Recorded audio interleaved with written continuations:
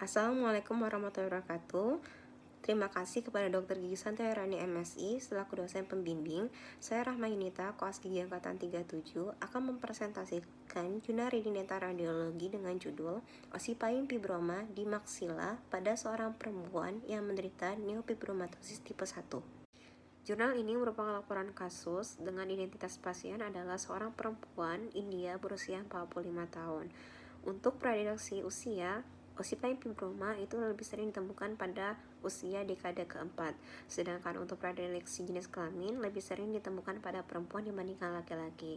Untuk predileksi ras Caucasoid dan Negroid lebih sering ditemukan dibandingkan ras pada kasus yaitu Proto-Australoid. Pada laporan kasus menjelaskan bahwa pasien datang dengan keluhan terdapat pembengkakan tidak sakit pada maksila kiri yang tumbuh sejak 12 bulan yang lalu dan tumbuh secara progresif.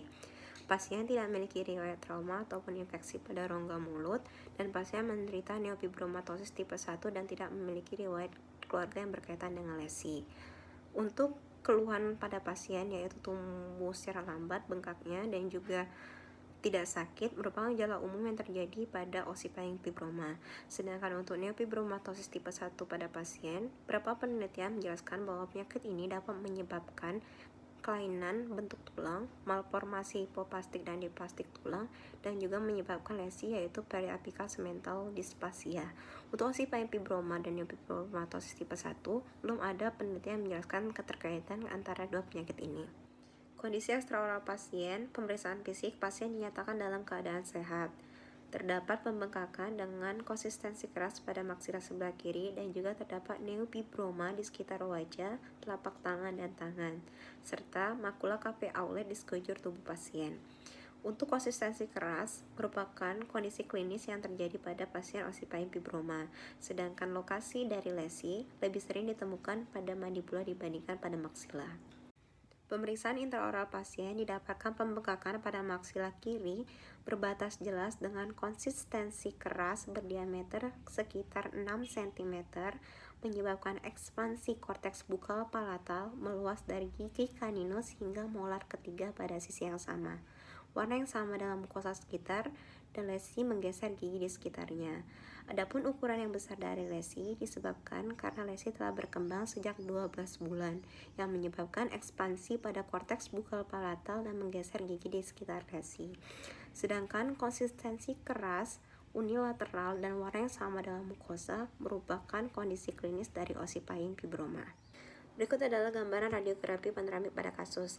Terdapat lesi mix radiolusin radioopak di daerah posterior maksila kiri dengan epicenter pada prosesus apilaris maksila gigi 26 dengan perluasan ke anterior sampai ke distal gigi 25, ke posterior sampai ke mesial sisa akar gigi 27, ke superior hingga rantai sinus maksilaris, dan ke inferior kurang lebih 2 cm di atas apilaris maksila.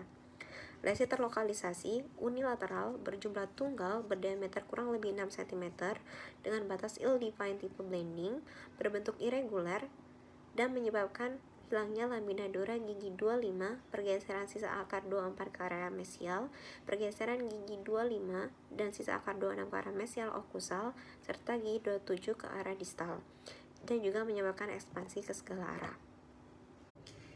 Dari hasil radiografi panoramik pada kasus, dengan adanya gambaran lesi mix radiolusin radioopak, epicenter pada prosesus apilaris maksila, unilateral, berbentuk irregular, menyebabkan hilangnya lamina dura, serta pergeseran gigi di sekitar lesi, serta ekspansi ke segala arah, maka radiodiagnosis pada kasus ini adalah Ossipain fibroma. Namun, kasus ini langka dikarenakan memiliki batas tepi ill-defined tipe blending, sedangkan umumnya Ossipain fibroma memiliki batas tepi well-defined tipe sklerotik, kortikasi, dan soft tissue kapsul.